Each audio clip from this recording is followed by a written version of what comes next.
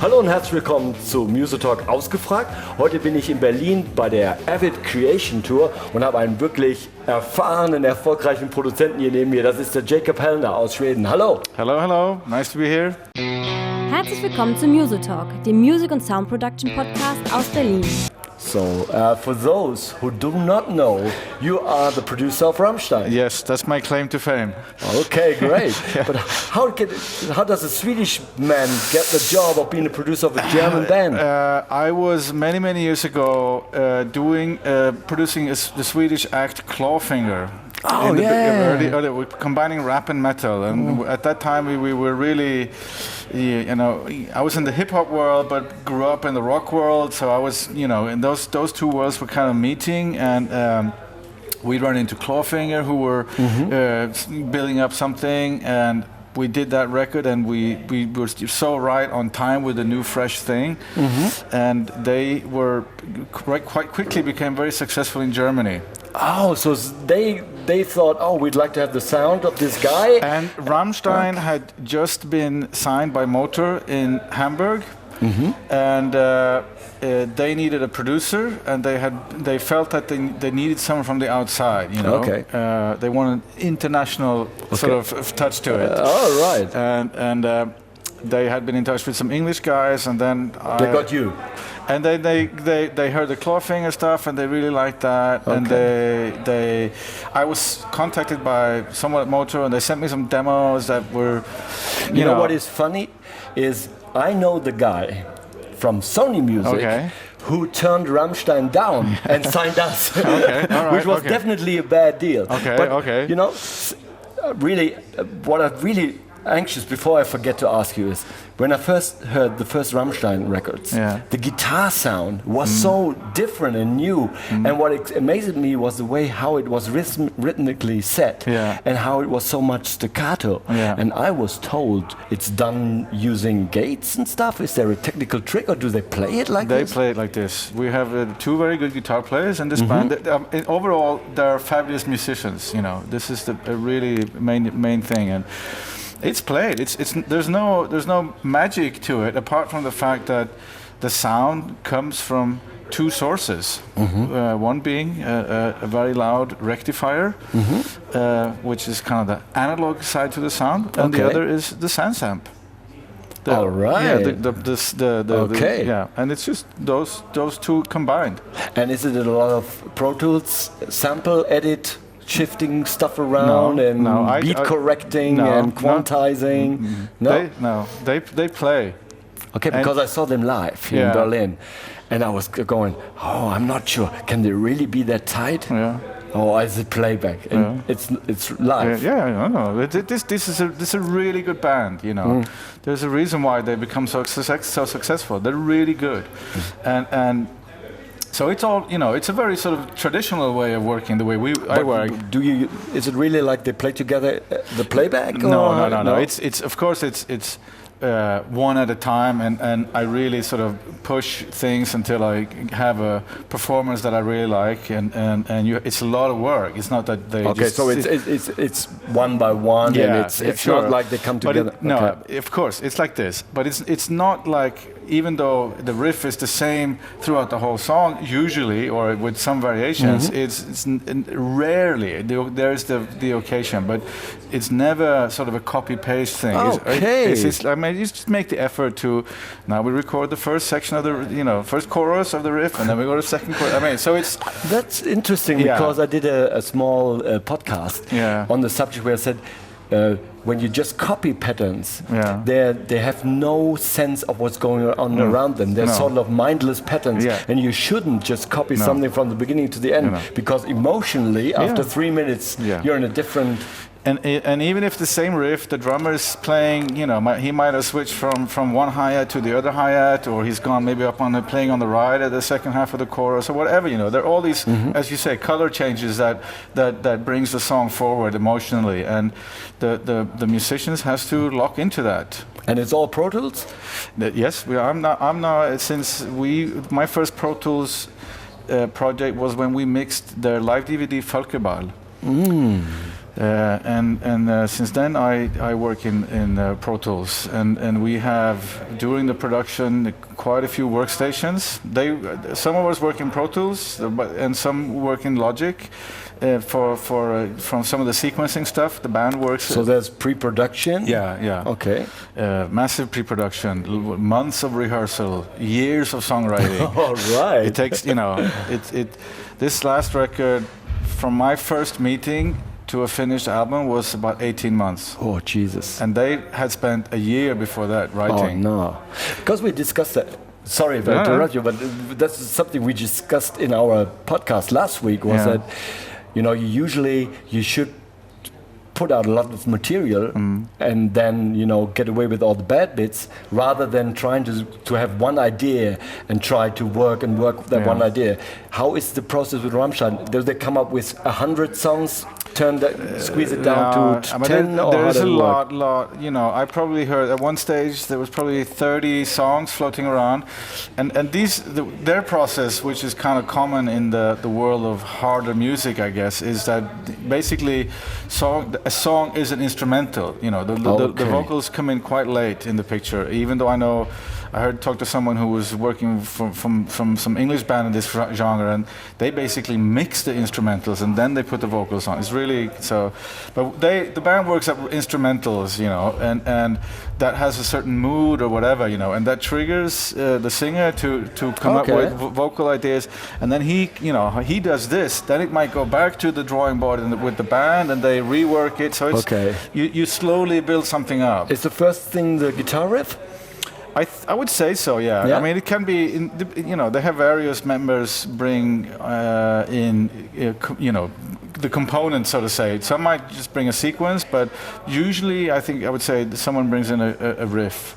But it could be a chord sequence or just a program sequence or whatever, Okay, and then you take the pre-production, put that into your Pro Tools, add the guitar recordings, and then it goes back maybe to them, and they work on your Pro Tools files. Maybe?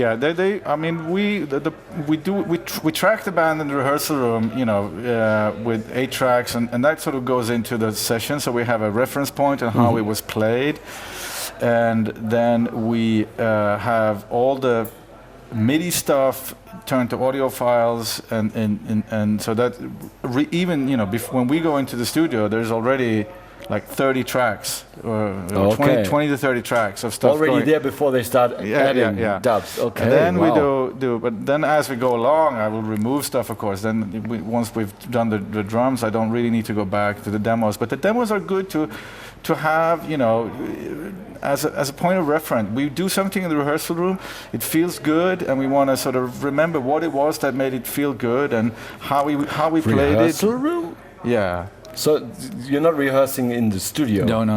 Okay, all right. We work in the rehearsal. So it's 3 parts. It's pre-production, maybe the members at their own home studio. But they have work in the rehearsal room. Is they write at home, but I mean all the work is done in the rehearsal room, and they write, and we do the pre-production there. And once we come to a point where I say, okay, now we have those 30 songs are boiled down to 20, let's say, and we have maybe 15 with vocals on, but we like the other 5, so we're going to record them anyway, and maybe he will come up with something later on. Okay.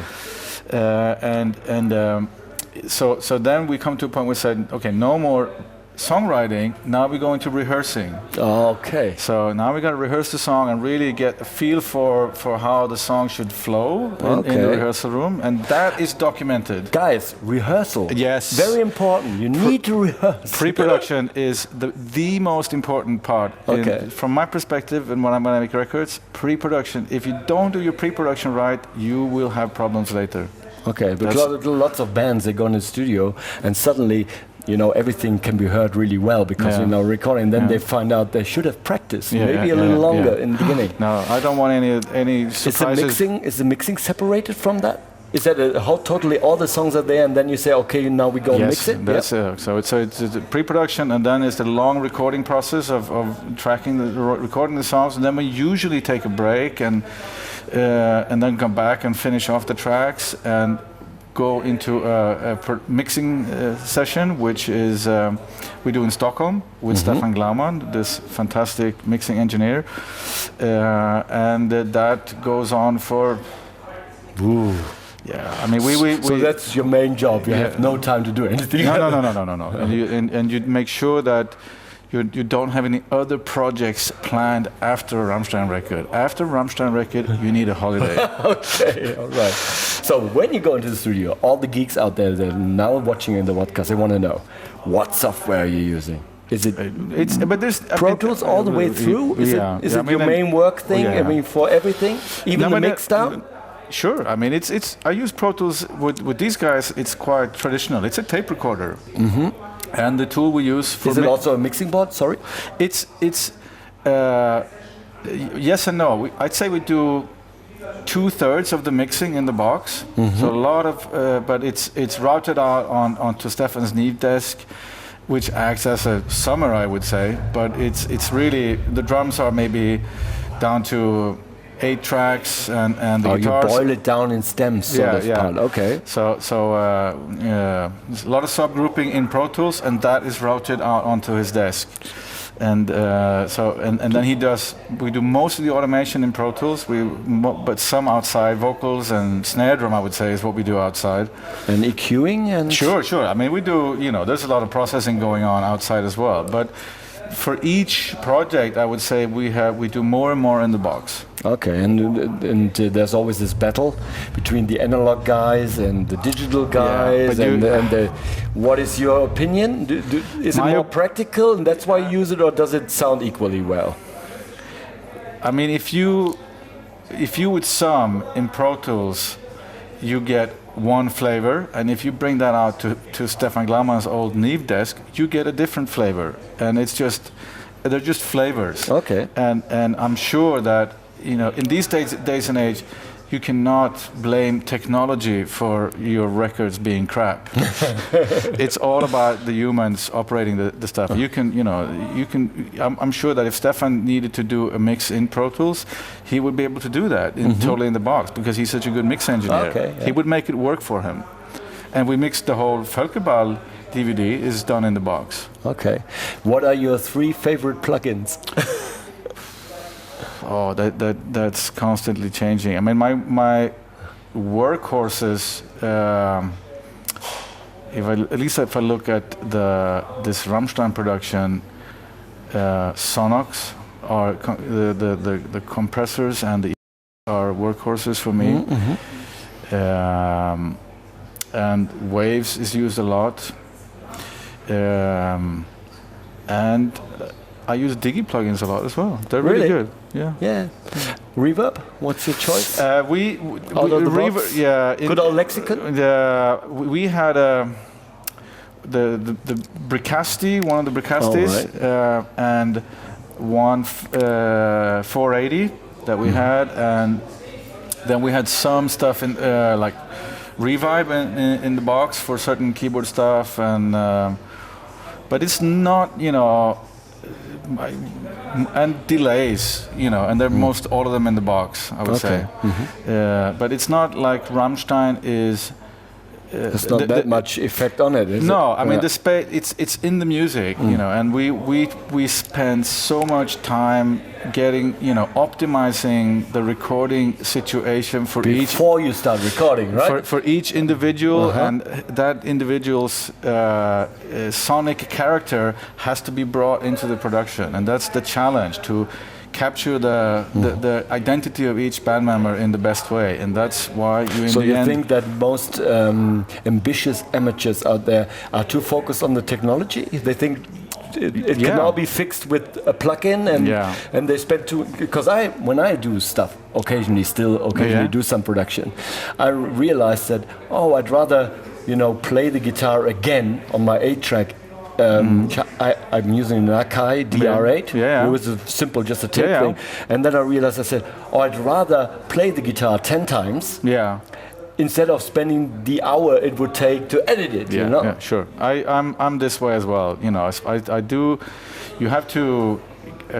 Production is about performance. it's the most important thing. Have the musicians perform and bring out the best out of the musicians, and the Pro Tools and plugins and all, it's just the tool that we use.